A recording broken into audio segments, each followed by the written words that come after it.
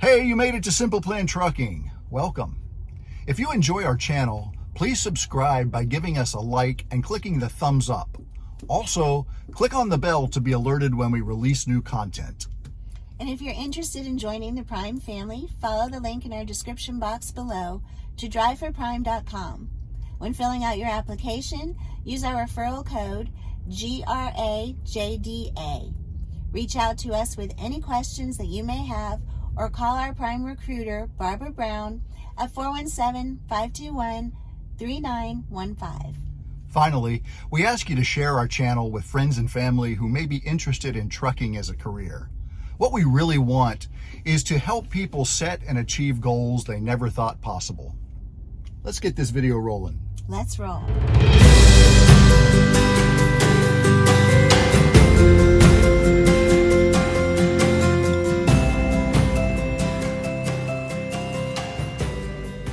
Good morning, friends. It's Captain Dave with Simple Plan Trucking. I'm flying solo this week.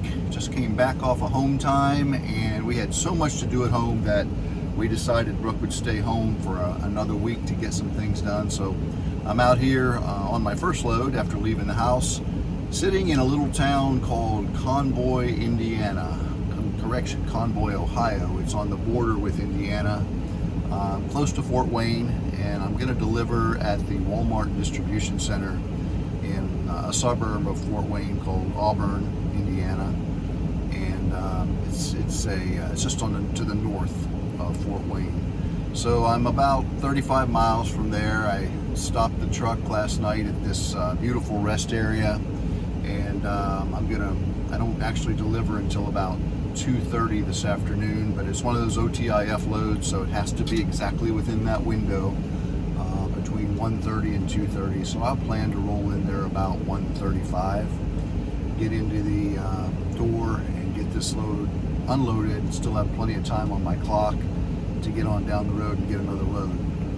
Man, it's been something. It's been hard for me to shift gears over the last 3 days, first of all, from coming off of home time, but really getting back into driving solo. It's a completely different game, driving team from driving solo. You have to manage your clock a whole lot better. You have to really be aware of how much time you have left on your clock coming into a 90, trying to plan to leave enough time to get unloaded and then get out of your 90 and on down the road for another load. So I feel like I did that pretty well on this trip. I got in here. There was extra time on this load, as there are with many of the loads right now, even for a solo driver to come up from North Florida to where I am now in Convoy, Ohio. Had about 3 days to get here, so I got in here last night at about 8 o'clock last night, and just parked at this rest area. Man, it's beautiful. I should turn the camera around and show you. There's some fields out, cornfields out here, and they really have the grounds manicured. The grass is really nice, and it's not very crowded at all. So I much prefer to stop and park here when I can. If I don't need a shower, as I didn't last night, I've got plenty of supplies on the truck. It was quiet here. Just pulled right in, shut my truck down, got in the back, fixed myself something to eat, watched a little TV, and got a good night's sleep. So I'm ready to roll this morning. But I wanted to just reach out to you today and give you an update. I've been at home. I think we came home last Tuesday, stayed for a whole week, and I ended up spending a couple extra days. I had a big project I was working on. As you know, we're constantly trying to improve the property, trying to put ourselves in better position to care for ourselves and not rely so much on others for our sustenance. And so one of my big projects this trip was I had done some research on how to drill a hand well on your property. Now, you can't do this in many parts of the country because the water table is much lower down in the ground. But in Florida, the water table is relatively high. You'll hit water at a depth that you can reach digging by hand. So I had done my research, and I had all the amazing Amazon. I had things sent to the house that I needed before I got there, most of which, the main thing I needed was a hand auger. And an auger is a tool that you put into the ground and then you twist it with a handle. It's kind of like post hole diggers, but it retains the dirt in the auger without having to pull back on the handles. So every time you pull it up out of the ground, it has dirt in it that you can then empty out. So I used that tool, and I actually used the old divining rod method to find water, which I thought was, you know, a wives' tale. I thought it wasn't true. I thought that it wouldn't work, but I tried it anyway, and believe it or not, I struck water on the first hole that I dug, and it was hard. I got to tell you, I hit water at about 18 feet, and then I had to go further down. You have to keep digging because you're going to need water in the bottom of your well, in that cylinder that you dig to collect, so that you have water to constantly pull up. So I went another 5 feet. So the total depth of my well was 23 feet, 24 feet. Then I pulled my auger out. I had put together some 4-inch PVC pipe that I had holes drilled in the bottom third of it, so the water could leak into it. Put a cap on the bottom, drop the PVC down into the hole. A new important message has arrived. And then what you do is you drop a 1-inch PVC down into the center of that 4-inch PVC, and that's the conduit for the water to come up to your hand pump. On the bottom of the 1-inch PVC, you put what's called a foot valve. It's a valve that allows water to come into the pipe, but it won't leak back out. So after you start drawing the water up with your pump, it holds that water in there, so that you're not constantly refilling the pipe every time you need to draw water. So it's really pretty cool. Got water. It took probably it took a while to clear the pump of the mud and sand and silt that was in there, but by the time I left, it was producing cool, clear water, which is exactly what we need.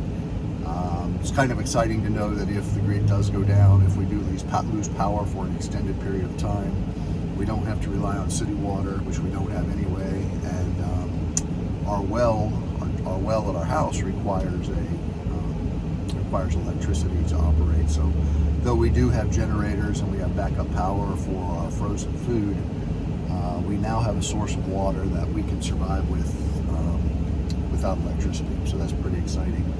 Also did a lot of freeze drying with our freeze dry machine. I bought goods from a good source. I got about about 10 pounds of ground beef and about 10 pounds of ground pork. Freeze dried that into 1-pound packages. Freeze dried a bunch of milk. Brooke and I have a great source for raw milk, a local dairy, and we love to drink it, but again, if you don't have refrigeration, you're going to need a source of milk. So we freeze dried a bunch of milk. We picked up several bushels of produce. Tomatoes and green beans are in season in Florida right now, so I think she got about a bushel and a half of green beans and canned those. She's still in the process of canning those, and about a bushel of tomatoes, and she's canned those as well. So a really productive time at home. Unfortunately, we always have much more on the list to do than we're able to get done. So even with me staying a couple extra days longer than I wanted to, we still had stuff that needed to get done. So reluctantly, we agreed that Brooke should stay home another week to continue taking care of things on the homestead. And I'll go back to Florida probably next weekend, maybe a little later, pick her up, and we'll be back on the road as a team. So today I wanted to talk to you about a common topic on Facebook you hear a lot about, but one that just keeps coming back to me, and it just hits me in the face and seems so obvious to me, and that is the reluctance to get into trucking at this time, or to consider trucking as a career right now. it just, to me, it seems like the obvious choice. There's no better time than right now to get into trucking. And the reason rates are down a little, and the wait time is down a little, but we're still making money out here. And so if you go with the idea of get into something not at the height of the market, but the low part of the market. Same thing with the stock market. You don't want to buy stocks when they're very expensive because you know they're going to drop. You buy stocks when they're low, knowing that in the swing they're going to come back up and do real well for you. And over time you're going to rise generally with stocks. So stocks are a good investment. And I kind of have the same idea with trucking. Trucking is cyclical. Trucking is going to go up and it's going to go down. We all know that. We've heard that. It should be no secret to you that, like most jobs, there are good times and there are bad times. But the secret is, and it's not really a secret, is the goods that are provided by truckers are always going to be needed to be supplied. And specifically the goods that are provided by Prime, food and drink and pharmaceuticals, are essentials. And even in markets where maybe construction goods and hard lines types of goods see a dip, we're always going to be running freight. And so, when I equate it to our story, Brooke and I got into trucking a little over a year ago. Actually, it was 2 years ago when I started my training process. But just over a year ago, April 1st, we went out on the road as a team. We had both completed our training and we started driving together as a team. And when I look back on my year last year, I was very, very happy with that year. We made a lot of money and we put a lot of money away and we had some good times, and by all accounts, it was a success in our first year. But I look at the market and I look at the rates that people were making before we came in, and I look at what we're making now. And certainly we came in the downswing of the market. We started driving in 2022, 2020, 2021. People were making fantastic money in trucking. And so even where we were coming down in the market, we still had a great year. And the other thing is, I feel like we're going to have a good year, maybe not quite as good this year as we had last year, but still going to make just a ton more money than I did working one job at home and Brooke staying home as a stay-at-home mom. So it still makes sense for us to be out here. And I think that for most of you, it would as well. I can't make that decision for you. I don't know what kind of money you're looking for. I don't know what kind of money you need, what kind of bills that you have. But the fact of the matter is, when you come out by yourself, it might be a little harder. Some weeks you won't make the money you're used to, but other weeks you'll make much more than the money that you're used to. But in our case, we drive as a team and we double the efforts that goes into one bank account. So we're still doing very well this year. And I just want to encourage you to do your research. As everyone says, look at what trucking really is. Make sure that trucking is something that you want to do. Don't take a job just because you think you're going to make good money. That's a recipe for disaster. I've done that at other times in my life, and I've always been disappointed when I did. You have to say, would I like trucking? And your reasons for liking trucking or being drawn to trucking may be very different from what mine and Brooke's are. I made good money in my last job, but I was tired of the rat race. I was tired of government overreach. I was tired of always wondering when the next foot was going to drop, when what we were going to hear next, what we were going to be expected to do next in a government job. Bite our lip, keep our mouth shut, accept all the ridiculous policies that are pushed on us by Washington, and have continued. In the last 2 years, it's only gotten worse. I'll tell you that I had an appointment at the VA where I used to work. I'm also a veteran, and I go there for my medical care. And when I went into the hospital, it was like a different place from 2 years ago. I couldn't believe all the signs and the posters promoting ridiculous government programs. The truth is, if you work for a government agency, you're always going to follow the guidance and the direction and the rules of the current administration.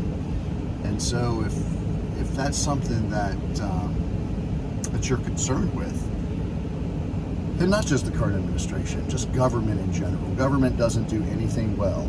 And so if you subscribe to that or you agree with that, then a government job is probably somewhere that you aren't real happy about. You might take it for the benefits, you might take it for all the time off, you might take it for the decent pay. But in the end, it's something that I always just felt like I felt like I was a draw, even though I did good work and I was very proud of the work that I did working with our veterans.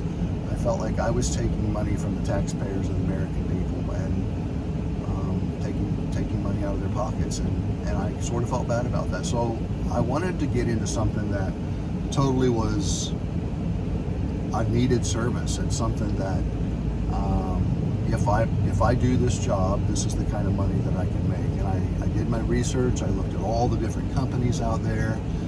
I found a good match for me with a company that would provide my training, which is something that I was looking for, and then somebody that I thought I could grow with. And I was blessed.